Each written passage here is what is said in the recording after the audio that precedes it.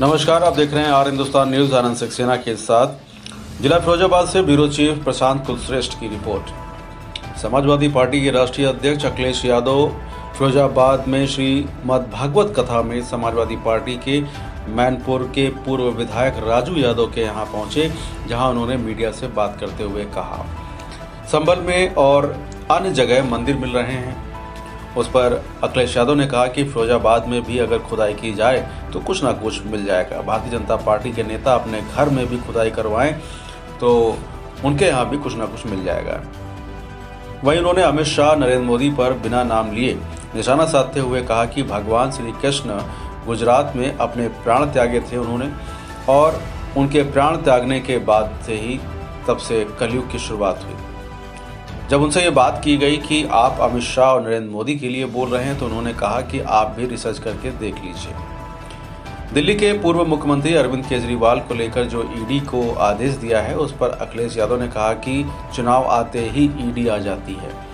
संसद में जो राहुल गांधी ने भाजपा नेताओं के साथ धक्का मुक्की हुई, उसको लेकर अखिलेश यादव ने कहा कि सभापति जी को सभी पार्टियों को बुलाकर बात करनी चाहिए थी, और जो फरकाबाद के विधायक हैं, बीजेपी के चुनाव जो जीते नहीं हैं, जो सर्टिफिकेट के सांसद हैं, उनसे मैं कहूंगा कि अगर वह बीमार हुए तो मैं उनके लिए डॉक्टर मुफ्त में इलाज करवा दूंगा। यानी कि उनका कहना है कि अगर वो बीमार हुए तो उनके लिए डॉक्टर दे करके मुफ्त में इलाज करवा दूंगा। बाबा साहब भीमराव अंबेडकर पर भी उन्होंने कहा कि बाबा साहब भीमराव अंबेडकर जी ने हमें संविधान दिया, और इसमें यानी कि इसमें खाली अमित शाह जी ने बल्कि पूरी भारतीय जनता पार्टी को माफ़ी मांगनी चाहिए। उनका कहने का मतलब ये रहा कि इस बात पर सिर्फ अमित शाह जी को नहीं बल्कि पूरी भारतीय जनता पार्टी को माफ़ी मांगनी चाहिए। फिलहाल आप सुरक्षित रहिए, जुड़े रहिए आर हिंदुस्तान से। नमस्कार।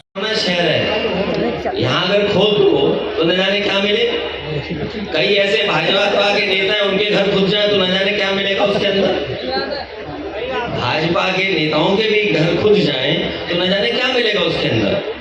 हमारा आपका घर खुद जाए, पता नहीं क्या मिलेगा। ये धरती कब से है? मान लो हम भगवान श्री कृष्ण को याद कर रहे हैं तो 5000 साल हुए भी, 5000 साल ही हुए क्या स्वामी जी? कितने साल हो गए? 5000 साल की तो हम इतिहास जानते हैं। ये धरती 1 लाख साल से है, और मनुष्य कब से आ रहे हैं, कब से जा रहे हैं। तो कहीं खोद दो के क्या ना मिल जाए वहां पर। सर, संभल सांसद जी पे बिजली चोरी कर कोई मुकदमे तरफ लगा। अरे पत्रकार साथी, जालौन में एक पत्रकार ने भारतीय जनता पार्टी के खिलाफ न्यूज निकाल दी, उसके कपड़े उतार दिए थे, उसे नंगा कर दिया।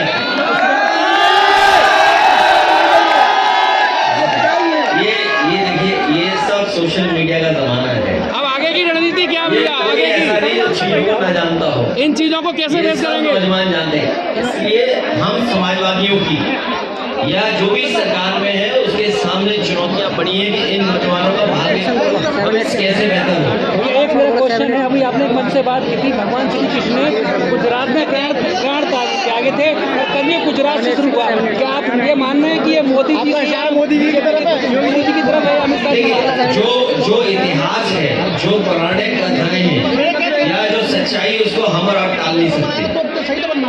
भगवान श्री कृष्ण का ये कार्यक्रम है, और मैं चाहता हूँ कि आप लोग भी इसे रिसर्च करो, जानकारी दो, हासिल करो कि क्या सच्चाई है उसमें। क्योंकि जब भगवान श्री कृष्ण ने जिस समय प्राण छोड़े, उसी समय से मान्यता है कि कलयुग शुरू हो गया।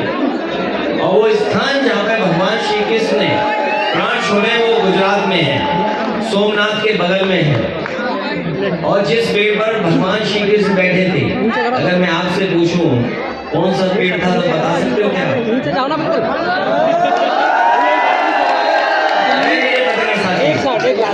ये दिल्ली से इसको व्हाट्सएप से सवाल आ रहे हैं।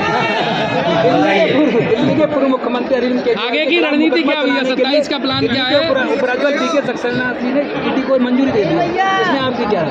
देखिए, ये चुनाव आ गया है, इसलिए ईडी भी आ गई है। चुनाव आते ईडी, इनकम टैक्स आ जाती, चुनाव आते CBI आ जाती।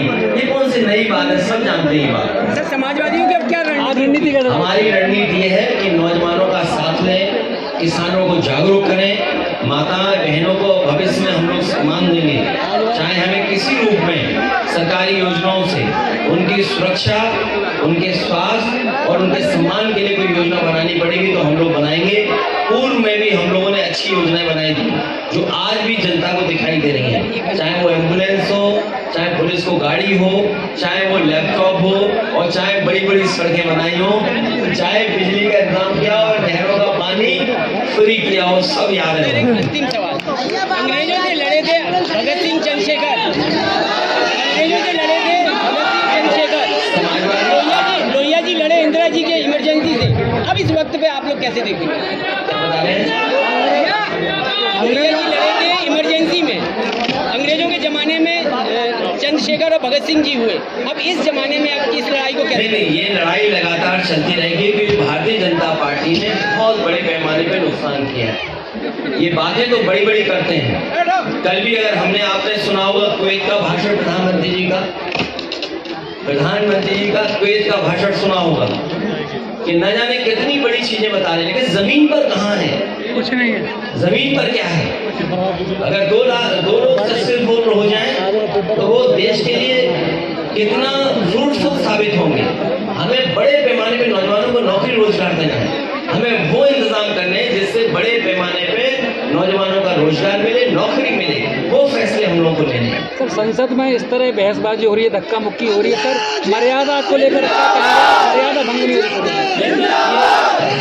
ये सत्ता पक्ष में जो सरकार के लोग हैं उनको सोचना समझना चाहिए था। सरकार रास्ता निकालती है, स्पीकर के माध्यम से अगर कोई ऐसी घटना हुई थी तो सभी पॉलिटिकल पार्टी के लीडर्स को बुलाया जा सकता था, बात की जा सकती थी, लेकिन आप बहानेबाजी देखिए उनको, ये सब जानते हो आप बहानेबाजी थी। और कई लोगों ने ऐसा कहा है कि ऐसा ड्रामा तो